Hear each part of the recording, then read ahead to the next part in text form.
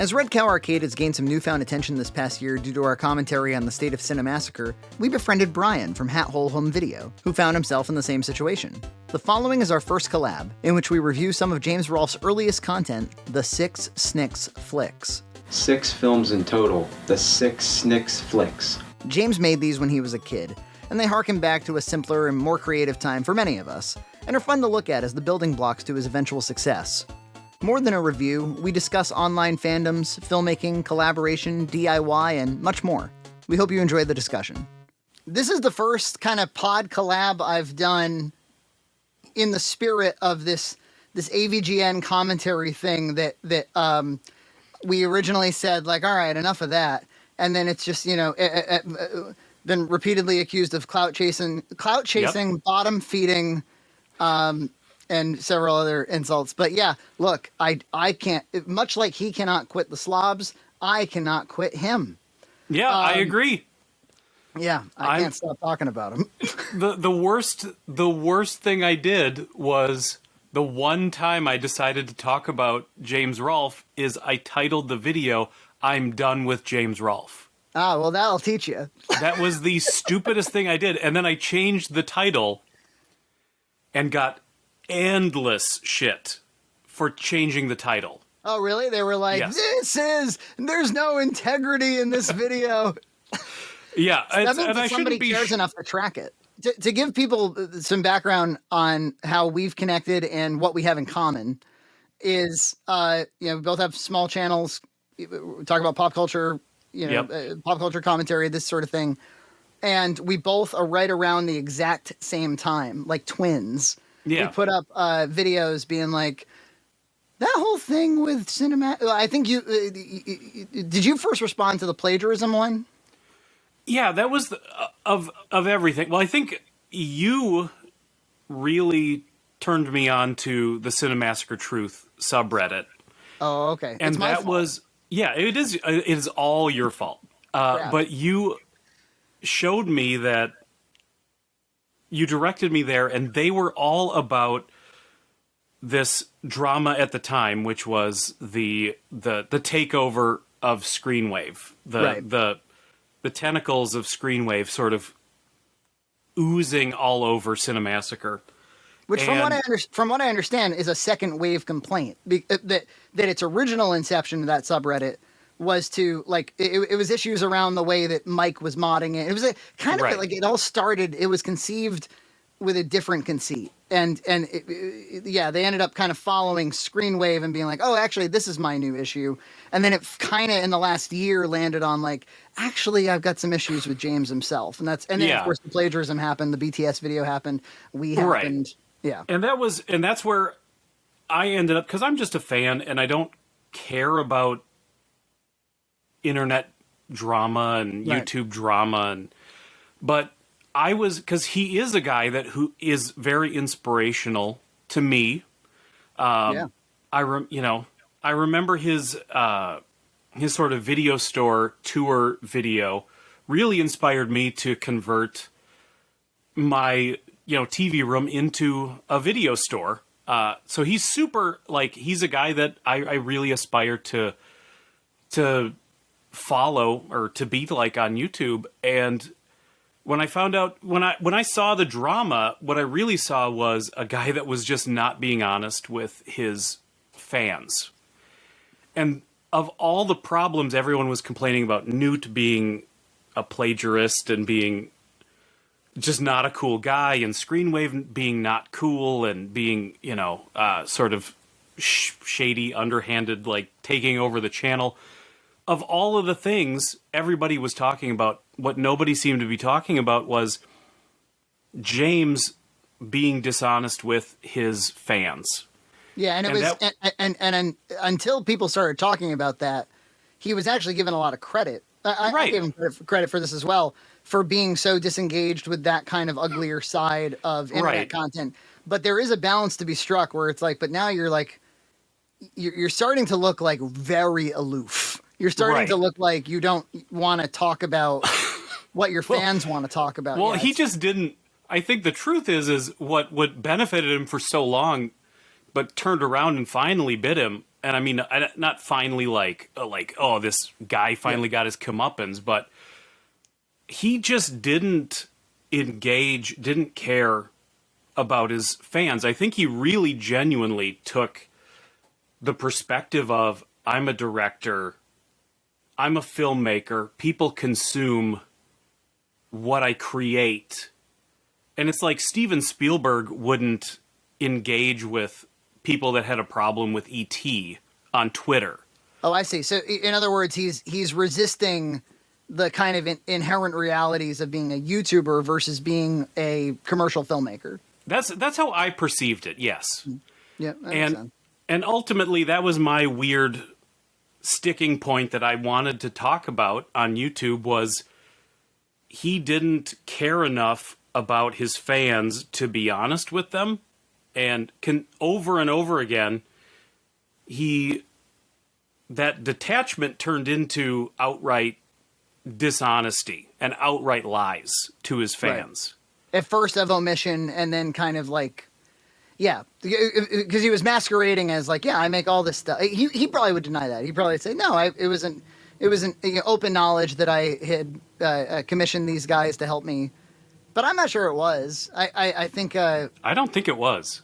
Yeah. And again, I don't think any reasonable person begrudges a large YouTube channel getting assistance. It's just that you have to also recognize that, like, part of the appeal is that everything, all of this stems from your preferences, your tastes.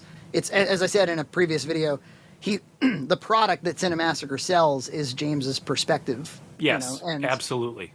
To be like, all right, you guys need to communicate my perspective, and I'll be over here at the McDonald's play place in case anybody needs it. Yeah, I don't know where that separation happened, but I've seen recent unearthings of interviews where he said, the Screenwave guys have been handling my social media for as long as I can remember. And he talks about them like, oh, they've always handled that stuff. They've always dealt with that stuff. Right.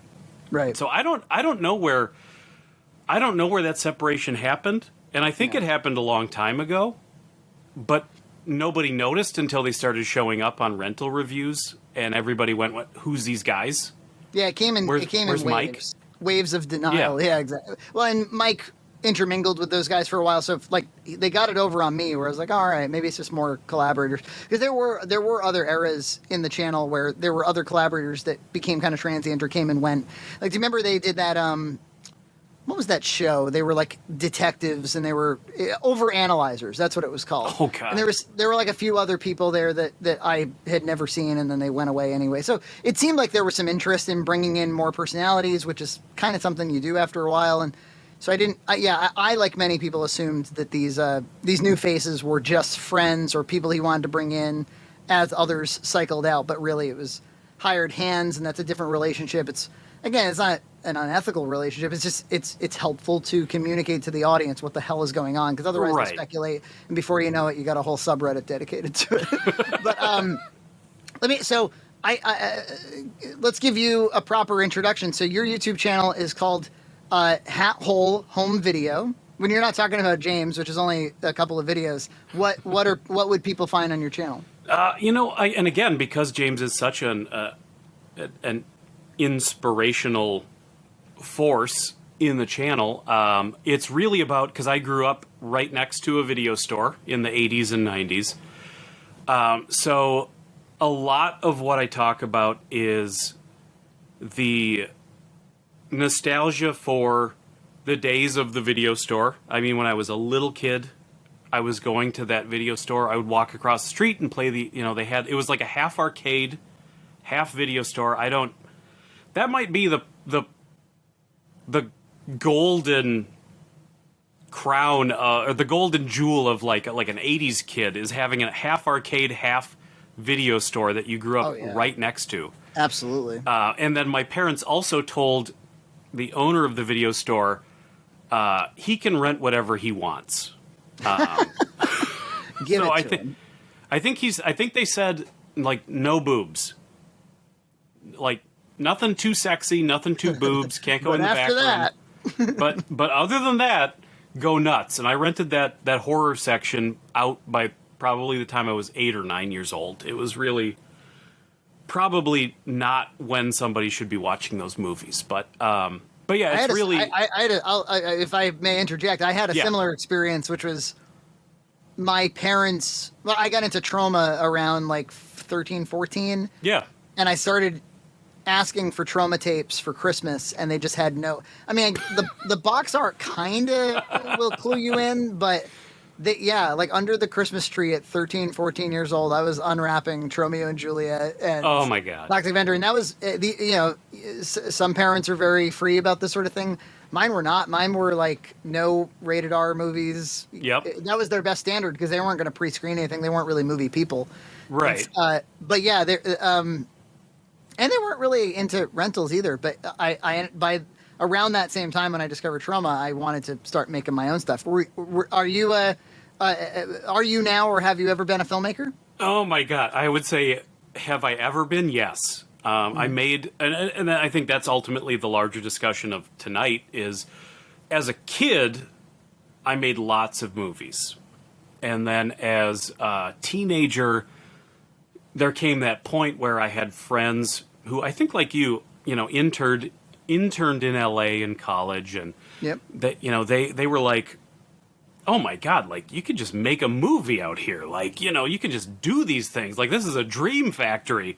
And, we tried to make a couple. I had a different experience in Los Angeles. Well, I'm glad you did, because you made actual movies. Like, right. I had friends that, interned with Gary Marshall and came back with like, oh, you could just make a movie. Like, get out there, make a movie.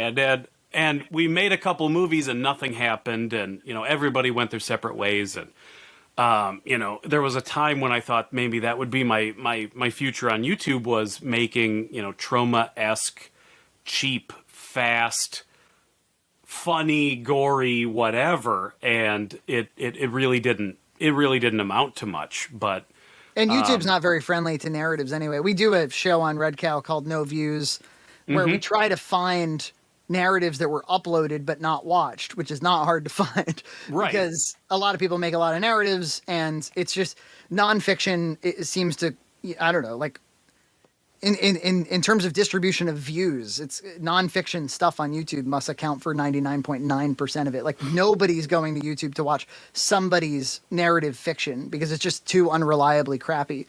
It's one of the things I've had, the times I've been proud of work that I've done, it's been really hard to convince people to watch because it's because independent movies made by somebody have a very bad reputation. That was one of the things I admired about James as well, was that, or at least like a path that he paved where I was like, ooh, that could kind of work, is like, let me hook you in with some of my reviews, commentary, podcasts. Let me make you a fan of me. Let me make you root for me. And then I'll be able to, once a year or something, I can show you something narrative that I'm doing, or something that you might not otherwise discover. It's kind of, like Kevin Smith probably did that the most and earliest, which was like, I can't promise that you'll like every one of my movies, but I'm going to try to make you a fan of me. And so you'll come along for the ride for stuff you might not otherwise come along for the ride for. Yeah, absolutely. Yeah. Yeah, and so I still listen to after I was an extra in Jersey Girl. Were you? You might not know this. I mention it at the drop of a hat because it's my only name drop. But I was an extra in Jersey Girl. I drove out to New Jersey with my dad, and I got to watch Ben Affleck, George Carlin, Liv Tyler. I can't remember who else. Stephen Root. Perform a musical number from Sweeney Todd, because they came out. Yeah, and they came out and they said, "This is what you're supposed to be watching. We're going to perform it so that you can know what you're reacting to." And they all came out and they all performed it. And I saw George Carlin getting coffee, in the craft service afterwards, and it was a really wild time. But for me, because that's the only time I've ever had a brush with Hollywood in any way. I don't hate Jersey Girl, by the way. It's there are Kevin Smith movies I dislike a whole lot more than Jersey Girl. I would say like Yoga Hosers and Cop Out for me are unwatchable. Like where I'm like, there's nothing here for me at all. But Jersey Girl is not that. Jersey Girl, yes, it's schmaltzy. Yes, it's got some pacing problems that I believe were rooted in the fact that they wanted to diminish the effects of Jennifer Lopez. Right. But I think that, George Carlin delivers a really cool performance in it. And I think the girl is very good. And, I like Affleck. I'm an Affleck fan. So I am too. I'm a giant Affleck fan, and I'm a giant Affleck apologist. But do people really hate Ben Affleck at this point, though? I mean, he has done a lot of good in movies over the course of his career. Between his directorial run was really excellent, with the exception of, did you see Live by Night? No. I think, so that was his most recent directorial thing, and it was around the time he was trying to make Justice League, and we all know how that went. And I think he made that whole movie during his alcoholism, and you can it's unfortunate to see somebody so talented kind of drop the ball on what looks like an expensive movie. But of course, Town, Argo, Gone Baby Gone. Gone Baby Gone's probably my favorite of that bunch. Yeah. Casey, say what you will about him, I think he's a really powerful performer, Yeah, I have no problems with the Affleck family. Dynasty. They're all fine. The dad, the mom. Yep. Mr. and Mrs. Affleck, I'm sure they're wonderful people. They're very supportive, if anything else. Well, so as we've done these AVGN commentary videos, there have been some calls to like, hey, why don't you review the movie? Yep. The AVGN movie. Now, I don't know. Yeah, maybe someday. I'll tell you this. I'll add a little bit of intrigue. Back in 2014 when it came out, I went out to see it. It screened here in Massachusetts, and I took my wife out. We didn't have a child we didn't have a kid at the time. Yeah. And so we had to drive like an hour and a half out. James was not there or anything like that, but it was a pretty full crowd. They had a nice big poster up of the AVGN movie. I was like, this is pretty cool. Like, James Rolfe done good. And it's 2 fucking hours. and I was enthusiastic to be there. And I remember, that moment with a spouse or a friend when you're watching a movie with somebody and you both went in excited. There's kind of an oh no moment between the two, because if you're reasonable people, you give it 40 minutes before you kind of finally look at the other person and go like, sucked, right? I'm sorry, I gave the AVGN movie 10 minutes. Oh, you didn't even watch the whole thing? This is unwatchable. Yeah, it's rough. I can't. Well, that's what I kept thinking. I was so you were in a theater. Right. I was chained to the seat like Alex. But I was so obsessive and strange and bizarre that like Steven Soderbergh, I went home, I got a copy of the movie, and I recut it. I cut 50 minutes out of it. And it's on a Google Drive somewhere. I've shared it with a few friends. And it's kind of an acceptably watchable version. Yeah. I dare not share it, on something like a Reddit where it can be in violation of copyright. Although I believe things like fan cuts are protected in some way. I mean, you got like these Hobbit fan cuts that are out there that everybody just puts a disclaimer on, and it seems like it's okay. But yeah, well, I mean, I think the reason I was compelled to recut it was because, despite it, I think the root is it's rotten at the root. It's got some bad some bad premises. And if anybody's seen the Dylan the Night Owl 6-hour epic about AVGN, he really does a good job dissecting why. But I was like, at the very least, we don't need to repeat information. We don't need to repeat jokes. The jokes aren't great, but they would land a whole lot better if you only told them once and at their best time. There's a lot of plot and character confusion around, like, all right, so why does he work at this place if he's famous? Right. And, there's a lot of, like, in-movie character internal logic problems. And it's all... the reason I was, like, compelled to, like, okay, I'm just going to go see if I can fix it. is because if you just cut out big swaths of it, the confusion disappears. Yeah. You're like, oh, okay. You're like,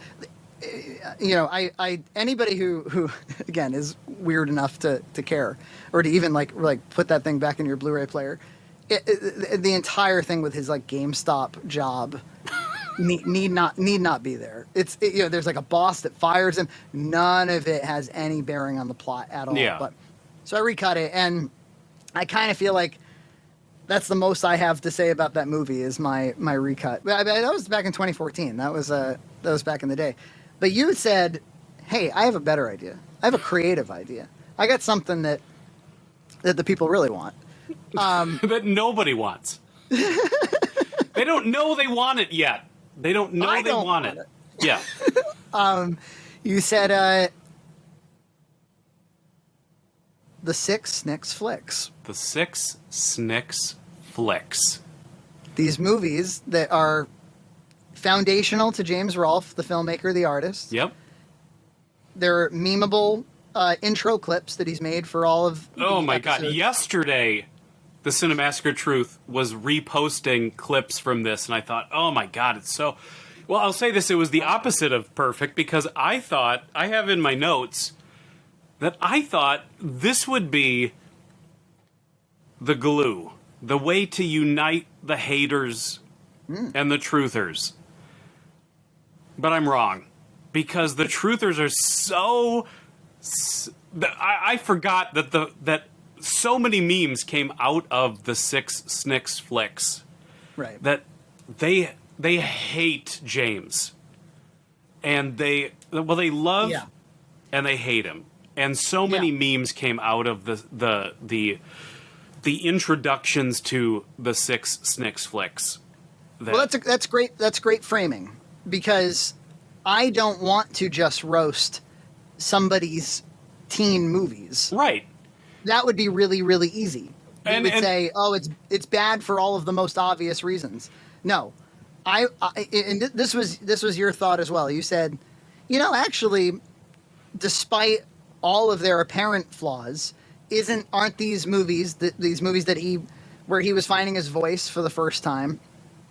Isn't this kind of the passion and the spirit, no matter how unwatchable? Right. Isn't this the passion and the spirit that would grow into this extremely influential online figure? And I find them to me, like, the most interesting thing to talk about is I find them extremely relatable. I would guess that a whole lot of people online that watch James's stuff have made movies with their friends at that age that are a whole lot like that. Right. And some people have said, like, well, why would you, so he gets made fun of, perhaps rightfully, because it's a little strange, for referring to his filmography as, like, I've made 500 films, as opposed to being like, well, let me level with you. Many of them are internet videos, and there's films and there's videos, but I can kind of understand that he was cataloging his growth, and I actually think it's really cool that he decided to be so forthcoming about, like, hey man, this might not be for you, but for posterity, if you like what I grew into, I'm going to upload this to... So I've done the same thing. Long before these AVGN videos, I had done the same thing with my website. Like, you can go from 1997 to today and be like, oh, that was the first time I made a movie, or that's the first time I thought I was making a movie. Right. All the way up to today. Who's it for? It's for yourself, first and foremost. Yep. So that's probably why he gets made fun of for it, because there's an ego element to it, of course. But I got news for everybody. There's an ego element to making art. There was a great quote recently I read some clickbait article that was about Francis Ford Coppola was the next person to kind of crap on Marvel movies. And, so whatever. It's all good. But he threw in there something cool where he was like, I think that you've got to make a movie as if you know that your life, your existence is a miracle, because everybody's existence is a miracle. The odds that you're here manifested in this body with this mind is a miracle. Now go make the movie in that spirit. And I know that sounds so egocentric, but it's like, that's the kind of egocentricity that's required to make great art, I think. I've watched it. I think the first time we sort of connected privately was months ago. And I said, like, oh, like, this is, there's two ways for us to collab. It's either negatively by talking about the AVGN movie. Right. Or there's this thing about the Six SNIX Flicks, which we're both kids that grew up with a video camera in our hand. Right. And I feel connected to James because of that when I watch those movies. And since then, I've watched them 4 times, something like that, like a ridiculous amount of times. And I watched them last night to record them in preparation for this. And last night, I really started feeling like there's a sincerity about James. And I think the thing to point out, too, is the movies themselves, but there's also the introductions that James recorded in 1998, 1999, something like that, when he was at the height of his terrible Jersey mustache. And let me tell you, I recorded I recorded intros of myself. I went way worse than that. I'm sure he did it too. I made like full out, like I interviewed all my friends, tell me about what it's like to work on a Frankie Frayne movie, yes, which is something that didn't even quite exist yet. You have to kind of mimic your betters. Yep. You have to kind of like, you have to hype yourself up. You have to pretend that what you're doing is important and miraculous, no matter how untrue it is. Right. And of course, that's the thing. I think that's what you're kind of striking at, where you're like, well, why would it be fun to watch something so amateurish? So, you know, it's like, well, a lot of times the reason we enjoy a Room or a Troll 2 is the cognitive dissonance, the amount of cognitive separation between what we're trying to achieve and what was achieved. Right. And sometimes, yeah, that's like, it's pure mockery, but I think most of the time it's not. Most of the time it's like, hey man, we all fall way short of our dreams, but there's something inspirational about chasing them anyway. Right. In some ways, there's something more inspirational about falling short. And of course, in James's case, he didn't really fall short. He went on to be perhaps the most influential online figure for this kind, at least for these kinds of circles ever. Agreed. So it's like, it doesn't happen without the stupid SNIX Flicks. Right. He's definitely not ashamed of it, which is something I find admirable about him. Yeah. I've never seen him be like apologize for making art. Yeah. Again, that's why it's so, to watch him be, you know, sort of abandon his art is like, it's very not him. And hey man, I got a kid too. So I get that there's a transition period in adulthood, but, well, so, you know, what we haven't done yet is even described. So if somebody hadn't gone through what we've gone through. Right. Because when you said, well, how about the Six SNIX Flicks?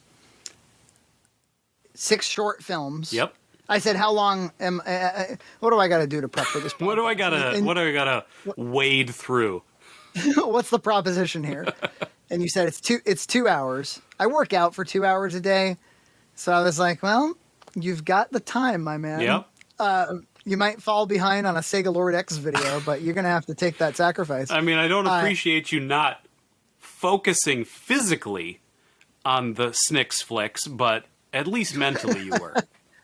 Yeah, well, you get it mentally exhausted, and then I'm physically exhausting as well. So, but I you know, the first like 3 got a lot more Frankie than the last 3.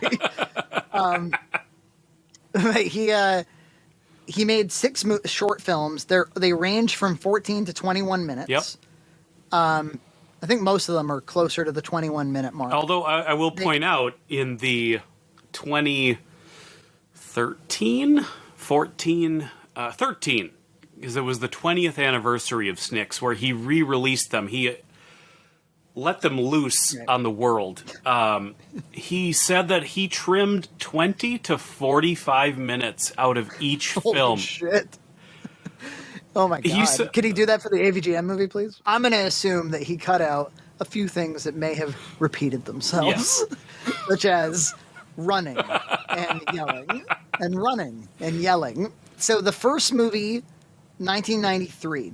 So James was born in 80. Yep. And so I was born in 86, so I'm 6 years younger than him. And so I don't know if he's technically Gen X. He is. But he must be on the young end. Because I was October of 80. And okay. I consider I'm in that super gray area. So Yep. he was July 80. So I think he's firmly Gen X. Got it. Yeah, my friend John, who's on the channel, he was 80 as well. So he's like he's with you guys where,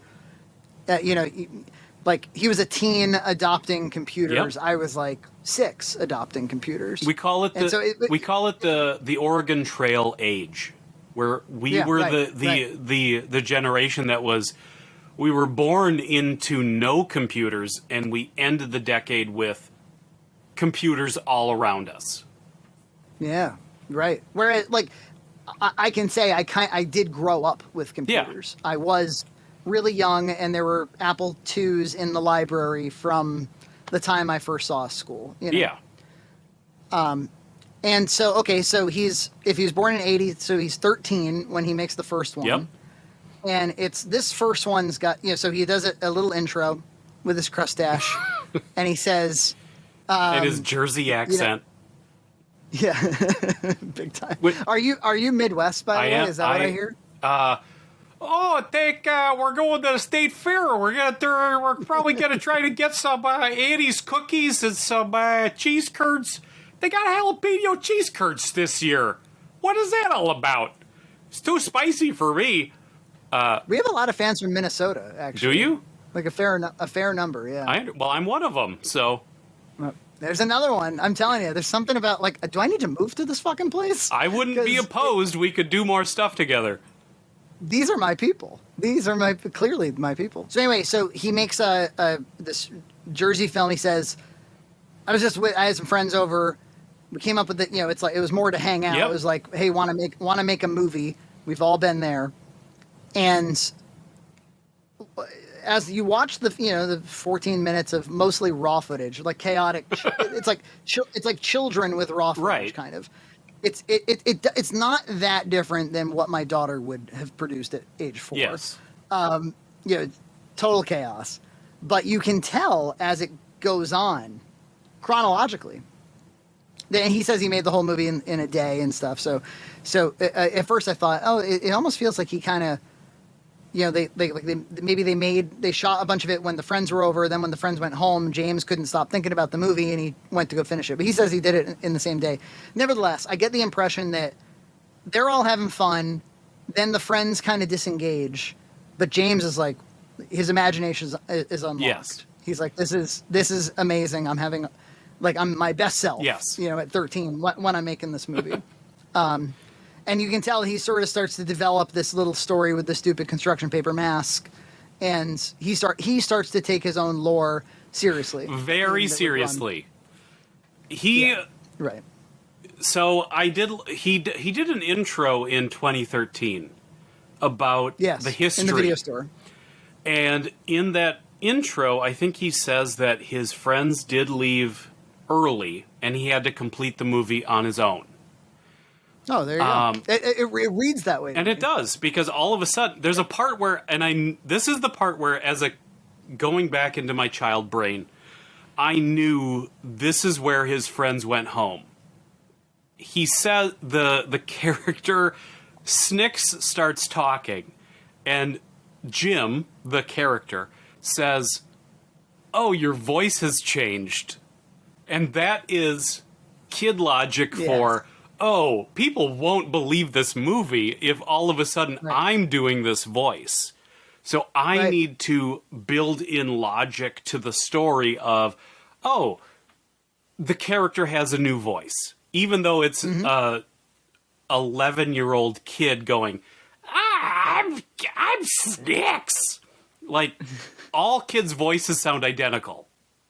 You can tell that he's anytime he is able to accomplish something on his own without relying on somebody else, he clearly felt empowered by that. He was like, that means we can unlock a lot more productivity. And the end of the first Snix film is kind of my favorite, because it's a little kid by himself finishing a movie. Everything turns into first person, or it's him with controlling a bat off camera.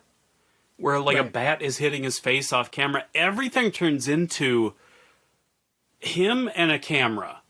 And I really genuinely am entertained by that. Oh yeah, well it's good energy. It is. It's a positive thing that you're watching. Yes. You know, and it also gives me that vibe of, I relate to this. There's kind of a period when you just start making stuff for the first time and you say, I'm going to make some effort to make something. Everybody around you loves it because you're in it, and they love it because your friends are in it. You know, and so I remember I got so frustrated. I was making my first feature, 10 pounds. I need to lose 10 pounds. And it took us 6 years to shoot it, from age 16 to like 21. So I guess 5 years. And I remember like showing people fully edited scenes. I was pretty proud of them. They were competently, you know, or at least I thought so at the time, competently done scenes. And they had like John's music score, and it was like pretty polished for what we, you know, for our age. And they would always be like, "Who's that?" You know, like some actor in it. They're like, "Who's that?" And I'm like, "What do you mean who it? It's the character. That's who it is." And they you know, there was like, they didn't give a fuck about anything going on except for like, who in the town did you get to do this, and do I know them? So there's I get that vibe from it, that I bet when they were done, it was exciting to show everybody, no matter how dumb it was, like everybody, you know, there's essentially outtakes throughout the whole first movie. It's people busting up and laughing in the middle of takes and stuff. Yes. I watch that and I have so much fun. And I don't know if it's because we were kids that made movies. I don't know. I mean, my wife fell asleep watching these movies. We watched them last night. And to be fair, Snix Returns is the worst. Going 6 deep into a series when 1 is super fun, 2 is borderline unwatchable. 2 was his big, like, so the first one was 93, second one was 96. Yes. So 3 years passed. So there's a big difference between a 13-year-old and a 16-year-old. I think he's always been attracted to like, oh, is there a way I could sequelize something amateurish I did and kind of like re-legitimize it? He did this recently with the, you know, we can't talk about these Snix films without talking about the head incident. Right. This horror film that he was, that it frankly was a lot more competent, made around the, probably a little bit after these Snix flicks. It was a little bit more competent, a little bit less amateurish, but still, you know, kind of a tough sit. But then he, many years later, last year during COVID, he sequelized the head incident. It's very, it's a curious decision. And that's to be when we saw the natural hairline of James Rolfe. Yeah, well, I thought that was his coming out. I thought so too. I thought that was when we were going to see that. I thought when I saw that, I thought that's where the nerd should go, and we would all celebrate it. Yeah, just be crazy and be like, I don't know, I lost all my hair on these fucking you go, kids. oh, Jekyll and Hyde. Oh. Yeah. Oh, just on the topic of the first movie, you can tell that James like there were a couple of little teeny special effects wins in that first movie. I'm going to presume that first one had no VCR editing of any kind. Everything you're watching. It is. He said it's all in camera. All in camera. Yeah. But you can, like, there's a couple of like little special, you know, the in-camera special effects, and there's a couple of music cues that almost sort of kind of work for a movie of its caliber. And I would guess that unlocked James' imagination, where he was like, oh, well, shit, if that's possible, then what else is possible, you know? And it's like, it's the journey you have to go on to become creative. You have to sort of like stumble in the darkness and just try stupid shit. And, you know, and then if you make a good discovery, you kind of perseverate on that good discovery. And then you go, well, okay, well, how can I expand on this? And then how can I expand on the next thing? And so it's what you would recommend to your child if they wanted to get into stuff. You'd be like, I don't know, just make crap. Just, you know, it's going to be horrible anyway. So start doing it. So the second one, so you hate that the most, or that's the one that if you were to put together your midnight screening, maybe you'd omit the second one, or is it necessary to understand the plot? I think it is all necessary. There's a couple of things I noticed that I was surprised to see. So the significance, we should go that far, of this movie is that, again, 13 to 16, there's this memeable video of, he goes, it's not just the return of Snix, it's the return of me. The title, Snix the Return, It wasn't just the return of Snix. It was a return of me. Self-aggrandizing moment where he was like, I've taken 3 years off from this filmmaking stuff, and God damn it, I'm gonna try again. I'm gonna try to make it good. And yeah, it for a 16-year-old, I was a little surprised to see that it possessed almost as much raw footage childish nonsense as the 13-year-old version. But there was some of that dark hallway monster type stuff that I was like, this is a little AVGN. This is a little a Halloween episode, Freddy Krueger, like just a little bit. It was because there's a pretty big gap of quality from these movies to even the earliest AVGNs. Like there's a leap in quality. So I'm always interested when I watch stuff like this to be like, oh, where does it bridge? And you're starting to see it here a little bit. Well, is number 2 where you really start to get into the Zins lore, like hockey mask, sheet? Yeah, I think so. Because I love this. I assume he got his sister or whoever to be like, to do the physical body of Zins, and he's like, there is a place where Snix, and like all she's doing is kind of like miming to his voiceover, and I love that stuff, and that continues through the entire movie. This was the one. What makes it so? If you were gonna have a big laugh at it, it's because the voice is bad and it goes on for a very long time. Like it's not done sparingly. It continues to be this stupid voice. I'm kind of doing all of the Shredder, you imbecile. Every character has a catchphrase, which is the most basic sentence that anybody has ever said. Snix is, I will destroy you. And that's his catchphrase. And characters call him out for his catchphrase, I think, through the series. And then Zins says, you see? Like he ends sentences with, you see? Like he's a noir 20s detective, even though he's from 1693. Regarding the first two, I was like, well, I don't really know if I can critique these. I don't know if they're like, there's not anything to say like this worked and this didn't work. It's just a guy trying to find his voice. And there's Snix Returns, and Snix Again, which, James, you've done it again on the naming scheme. That's very machete kills, machete rides again. Snix in Space was the next one. I can only assume. Yeah. But my my notes for what I love about Snix was constant family noise. The first movie it's constantly the family is going about their business and they don't care that James is making a movie, and I think that's super fun. Oh yeah? Hey, eat this! The family standing in the kitchen during the murder scene, which I thought was super cute.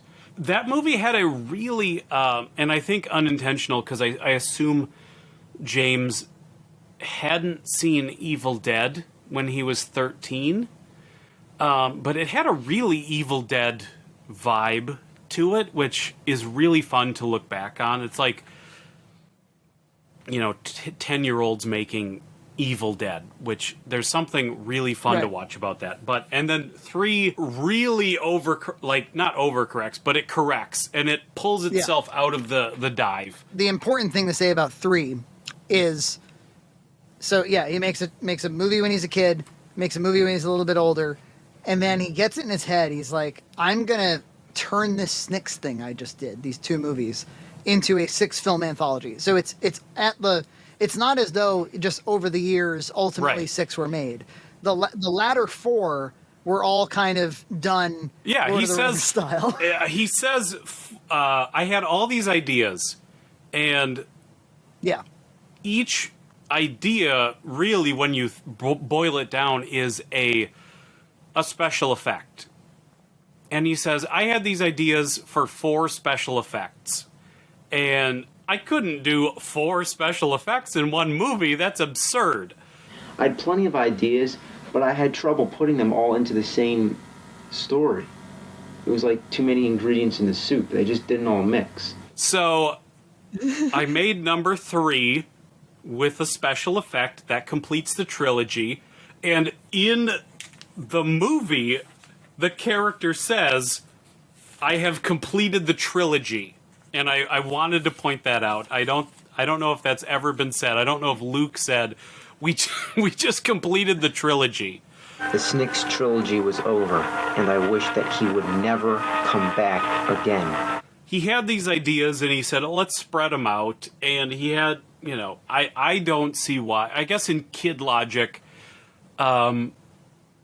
each one needs its own movie. I don't see why they couldn't have all been in a single movie. He said it took 10 months for the third movie to be made.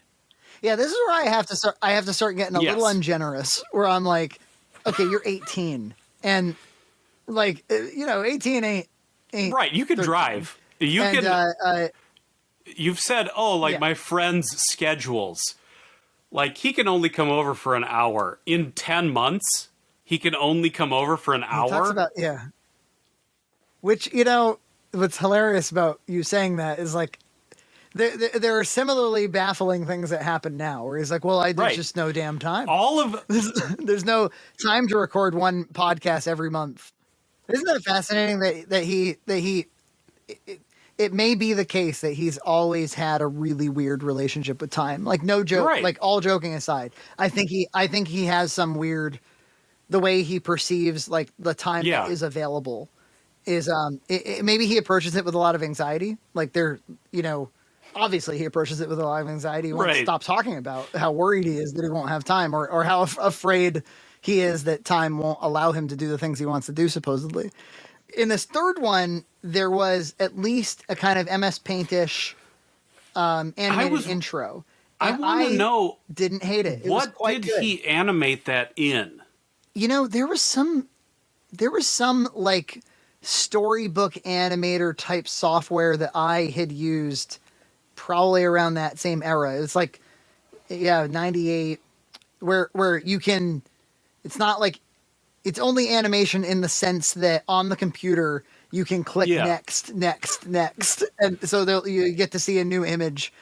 And here's something that James and I share, is like, no matter how dumb, if we're committed to the idea of like, I'm gonna make this fucking movie, like you'll sit there and you'll animate that thing as long as it takes, to achieve what you're trying to achieve. And he obviously filmed it off of the computer.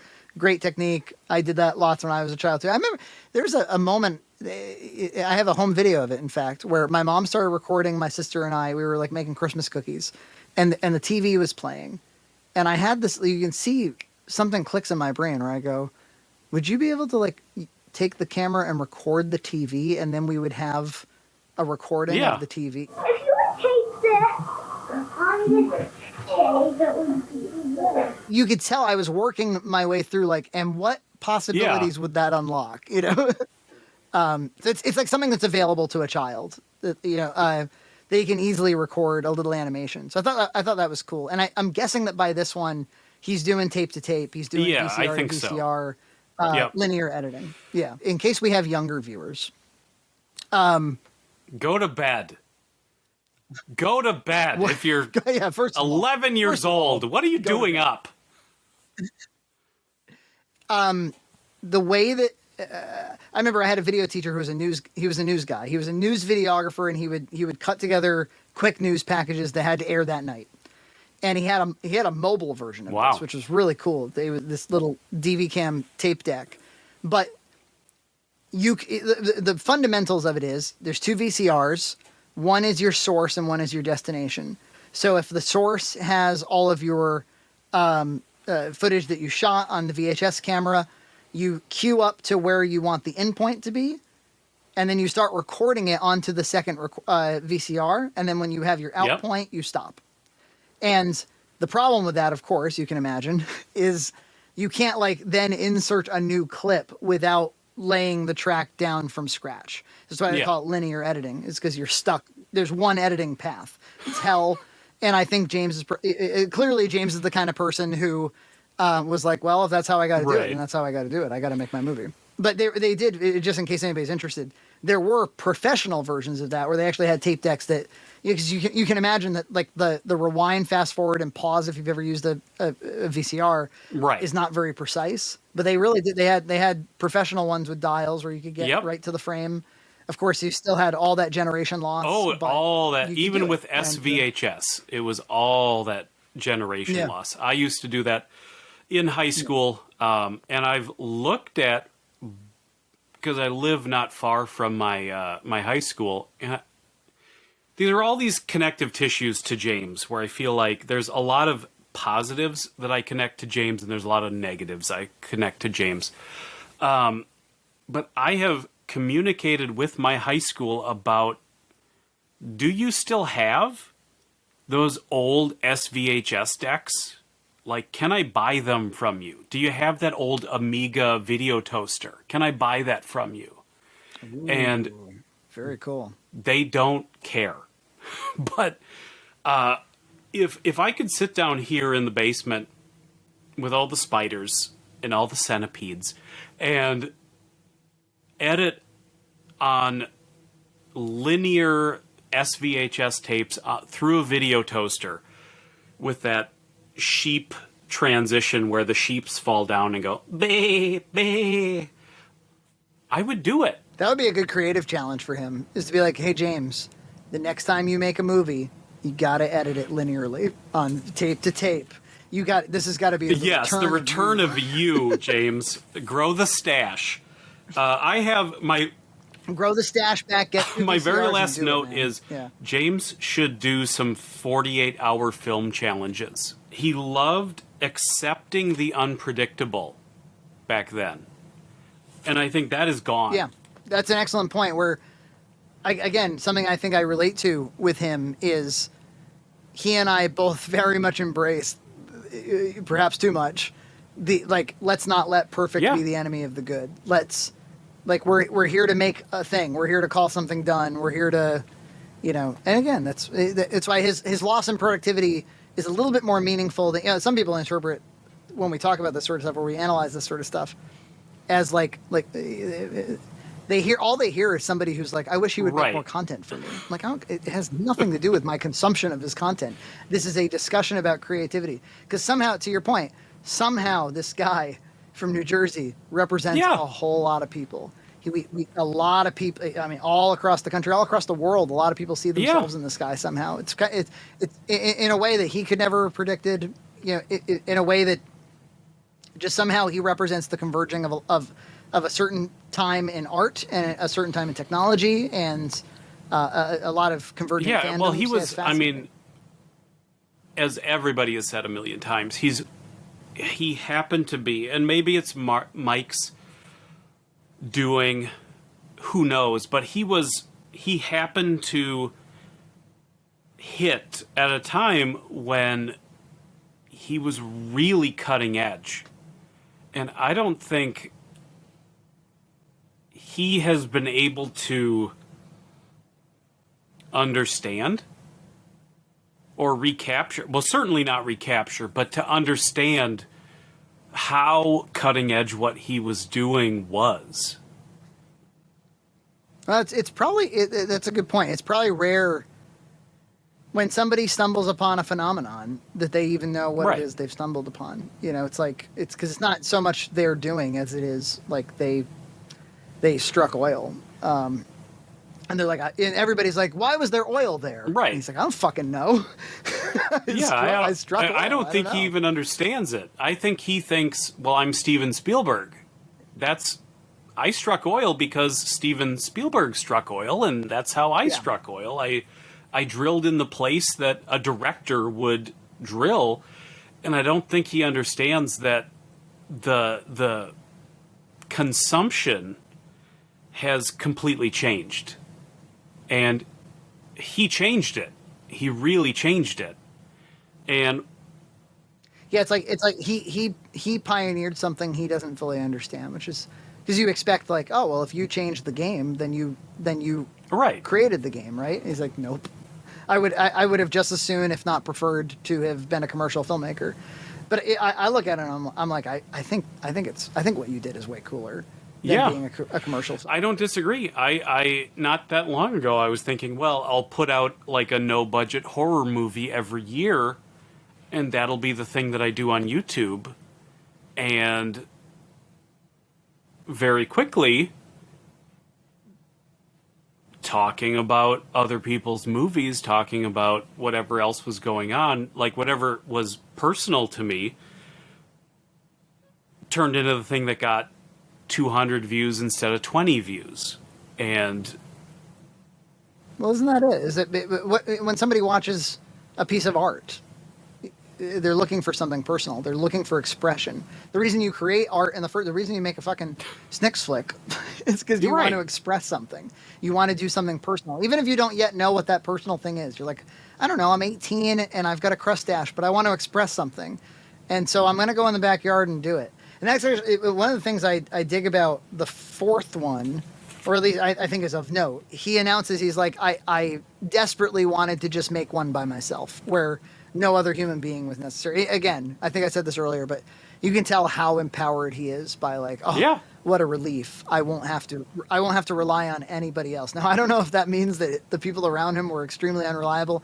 I know that making movies when I was growing up, that was the most challenging thing, was to find collaborators who, you know, because everybody thinks it's fun for the first 10 minutes, and nobody thinks it's Right. fun after 10 months. no And- ginger rat tail thinks it's fun after a full day. Right. I gotta go. I'm taking right. my So there's, Michael like, this Jordan big- starter jacket and I'm going home. But this one had a little Yes. bit of stop motion in it. That was, again, And each of the last four has a special effect. Right. Oh, I wanted to say something about that. When he said that, I was like, yeah, if it is indeed just special effects, and he's like, I can't fit 4 special effects into one movie, then I agree with you. It's absurd. But I can understand the idea of like, all right, I've got like 4 distinct concepts, and to contrive a reason Right. for all of them existing in a The movie. lore. The may deep be difficult. lore of Snix. Yeah, right. Yeah, right. Like what integrity are you breaking by cramming all these things together? It's absurd, but it's sort of like I want. There's something sound underneath that, and I was actually like, it's funny because James, that's something he can be accused of. It's very Roger Corman, it's very Lloyd Kaufman, but like, there's some Yep. gimmick first, Yep. and then a story follows. So it's like, oh, it's a disembodied head. I don't know what I'm going to do with it, but like I'll come up with a story to do something with it. And of course, you know, filmmakers like Robert Rodriguez, Rebel Without a Crew, that's the advice is like find something you have access to, wrap the story around that, because then you'll have your production value locked in, and then you'll have something, you know, that you can give the audience. But it's probably not really the way to make movies ever. It's, you know, you never want to contrive a story around. Again, I recognize how absurd this sounds, Yeah. talking about the SNIX Flicks. So zoom out with me. But you never want to contrive a story around a gimmick. You want your set pieces to organically Set, follow my and house, gimmick, woods, laundry room. construction paper on a fishing line. Yeah. Oh, probably, you know, at the end of the third one, just to backtrack just for a second, that's when Yes. he flushes it down the toilet. This mask is going down the toilet. And that has overtones of AVGN too, where there's kind of they're now officially laughing at their own movie, you know? Because the point remains that Yeah. he just wants to make a movie, and what he makes isn't all that important. And so that's probably why he sequelizes past films. He's like, well, it's a starting place. I only have one note for the fifth one. Just one. I have nothing else to say about it. And that note is 2 words. Or is it 1 word? I don't know. Lawnmower. There's nothing that goes on in this movie but a lawnmower. Lawnmower chase scene. Yeah. That's all that movie has going on. Yeah, yeah. I bet you, though, that for an 18-year-old making his movie, that lawnmower meant, Right. meant production value. When the kid abandons the lawnmower, I was confused why Snix didn't jump on the lawnmower, because clearly that was the faster mode of transportation. Well, yeah, and he takes it out on the road, and so it's pretty funny. You can, again, if you go from raw footage as a child to lawnmower out on the road, you can see why James started to get more and more of a thrill out of it. Right. Well, he had, and I made kids movies when I was a kid. We were big fans of Attack of the Killer Tomatoes, or Return of the Killer Tomatoes was I think the movie that we really glommed onto. And we started making Attack of the Killer blank movies for our entire childhoods. It was super fun. It was whatever was available in large quantities was what was going to attack that day. That's how we spent our summers. And if we had had access to a rider lawnmower, guess what? That the movie we made that day was going to be Attack of the Killer overgrown grass blades or something. Like, it was going to involve, that was going to be the thing that we based the whole movie around. One of the things that has been enlightening about having a 4-year-old, who I'm introducing a lot of pop culture to, is you start, you know that a lot of the ways that you enjoy comedies and movies is because you already have a foundational understanding of the culture around you. And so you have a lot of reference points. And so when you watch something, you're like, oh, this means that everything's in code. Everything's a signal. And you already learned that language. And so that's how you're able to enjoy things. And a 4-year-old doesn't have the points of reference. She is new to the English language, and she's new to the culture that she's in. So we watch an episode of Simpsons, and she's like, why is it funny that he, there you go again, Marge, always taking somebody else's side. Flanders, the water department, God. Okay, well, why is that funny? Because the water department and God are not the same. That's a quick jump. Always taking someone else's side. Flanders, the water department, God. There's definitely times where I've made stuff that I'm like, this would be fucking incomprehensible if you didn't have some awareness of the culture around you. Or hell, I'll show my dad an episode of Boxmack or something, and he's just like, I don't know what the hell anybody's talking about in this thing. It's like, to him, it's an alien language, So yes, you have to have a shared culture to understand some of this stuff in the first place. So there's certainly enough. I think it's totally valid to be like, I like something because it's connected to this. That's what art is. That's really true. In a lot of ways. I wrote down, too, that especially in the first movie, because everything was in camera, there are cuts where there's static. And in that static, you hear what was previously recorded on that VHS tape. And it's turtles. Oh, yeah, turtles and stuff. And it couldn't be a more appropriate thing to have been recorded previously on that tape. So in between a shot of James Rolfe's 13-year-old eyes, you hear, like... Yeah, that's a cute moment. Hey, Shredhead! We gotta get the Shredhead! Whatever it is. I can't remember what it is. Teenage Mutant Ninja Turtle. Cowabunga. Cow a fucking piece of dog shit. I would say one thing that I wish for James, that I think would have rounded him out, that maybe would have helped prevent some of the problems that developed later, is this thing of like, well, collaborating is an unfortunate consequence of filmmaking. It seems like that's kind of where he landed, where he was like, ugh, the part that involves other people sucks, Finally, with all my actors out of the way, I just went ahead and quickly finished the next SNIX movie in a matter of weeks. How? Because no one needed to be in it except me.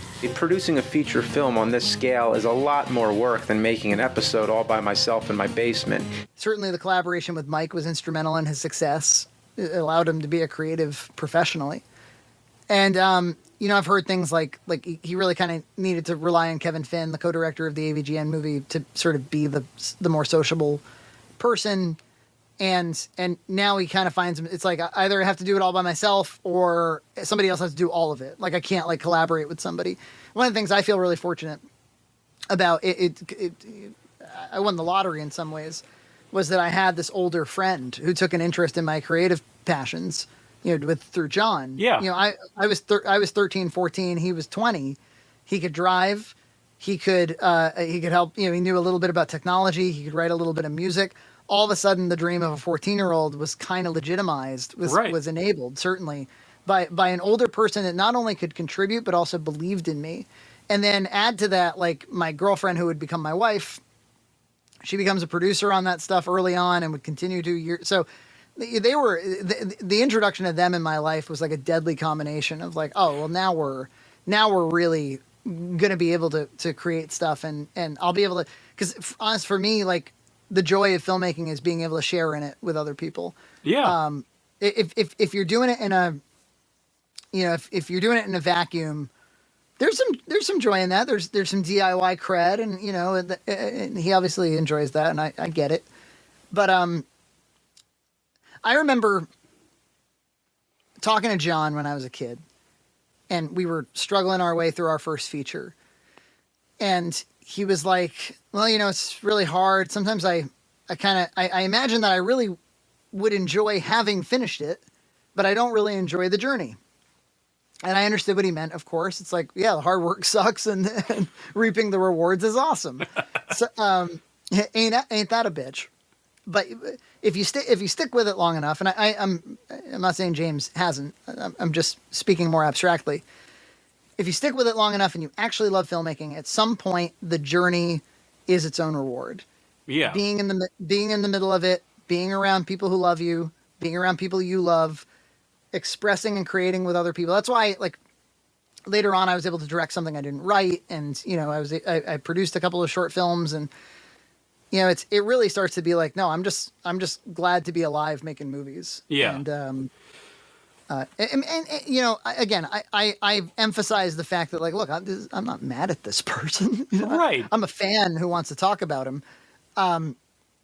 But if I were to mourn anything, if I were to go, oh, that's too bad, oh, that actually kind of sucks, it would be that it would seem as though the part of him that's like, I'm going to die if I don't make this Snix movie, that seems to be gone. That seems to be like, yeah, somebody else can make a James Rolfe movie, but James Rolfe's not going to make, that's like, oh, that's actually I think the art community loses something when that happens.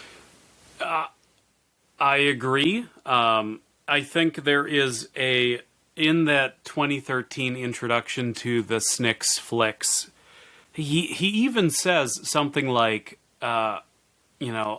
maybe someone will do, like, these movies are bad, and maybe someone will do a Mystery Science Theater commentary over these movies. I hope at the very least they can get a few laughs and maybe a little bit of a cult following, and maybe someone might want to do a commentary on it riff track style. My younger self would be proud. Even 1998 James states that, these movies are bad. He's not under any dissolution. Right. Yeah. As inferior, as primitive, as hokey, as bad as it is, it became my loved classic and led to a long series of sequels. Because everybody, like, the truthers love to, like, talk about his ego in those 1998 clips. And it's true. It's on its face. It's there's an ego there, and it's cringy and blah blah blah. But I do implore them to just consider for a moment that, like, that kind of dysfunctional ego thing is a little bit necessary to jumpstart a creative career. Yes, and it's a kid, and it's like there's so, like, yeah. I watched these movies last night. I watched these movies, and I thought, I made movies when I was a kid, and God, I wish I had the ego to sit down and film behind the scenes retrospectives of things that I made in 1993, in 1998. Like, it's to all, like, as silly as it is, it's to all of our benefit as far as fans and viewers, and I mean, I guess I think it's super admirable, and that's almost a great place to leave it. Is like, if you find yourself going, oh, I wish I had been as clueless and unafraid of failure. Yeah. unafraid of looking silly as this guy was, as uninhibited as this guy was, maybe I would have went on to make more stuff. Yeah. That to me is what makes it special that he made it, provided it in the first place, and I think was the secret to his success. I just hope that he can recapture some of the actual love of doing it, because if you love to do it, you're going to find time to do it. That's the thing. Amen. Well, go check them out. They're on. If you YouTube search Six SNIX Flicks, you'll find a playlist. Somebody else, I think, is providing them at this point. Yes. And they have all their intros intact, and so you can go on this journey with us. And if you're watching this podcast on my channel, Brian, where can people find you?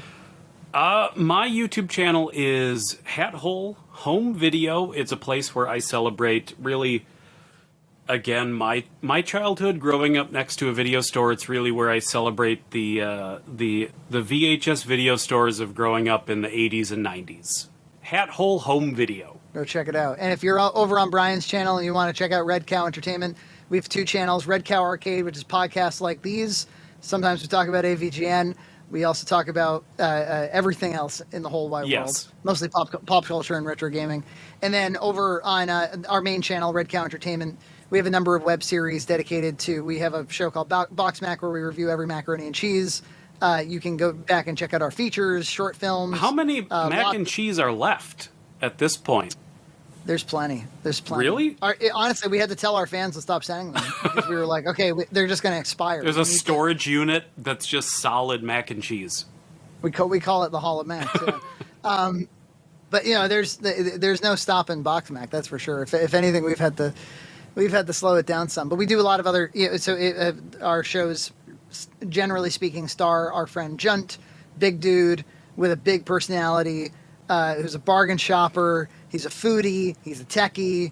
He's a riot. We love him. Yep. That's why we put him on. That's why we put him on YouTube. So you also on that same channel you can check out EJ, who's my normal podcast co-host. He does barbecuing and grilling and tech reviews as well. He's hilarious. His videos are super high quality. Yep. And go check us out. Very right. And to the 100 people that are going to see this on my channel, I'm a big individually. I think everybody on Red Cow is incredibly funny. So definitely check them out. Isn't Nina funny? Nina's okay. We'll end. This is where we'll end. Is because my wife and I watch everything Red Cow. We found, over the last year, we've like everybody with the James Rolfe non-traversy, we've discovered Red Cow, and we love Box Mac, we love Junt's Cart, we love anything you guys do, but in every video, either John or Nina will say something that is incredibly idiosyncratic as far as retail shopping. Yeah. And my wife will go, mm-hmm. They will say the thing that's, you would think only a single human being would have that opinion. And my wife will go, that is the correct opinion to have about that particular value. I love them. I love them both. They have a certain appeal that I don't have. No, they look, like I said before, man, they made my whole film life happen. They loved me enough to go along for a lot of stupid rides with me. Oh yeah. And I'm just so grateful to have them. So, hey, and I'm grateful for you for doing this. This was a super cool chat. Absolutely. I am always available. Awesome. Always awesome. available. We'll have to do it again. Absolutely. Very good. All right, Brian.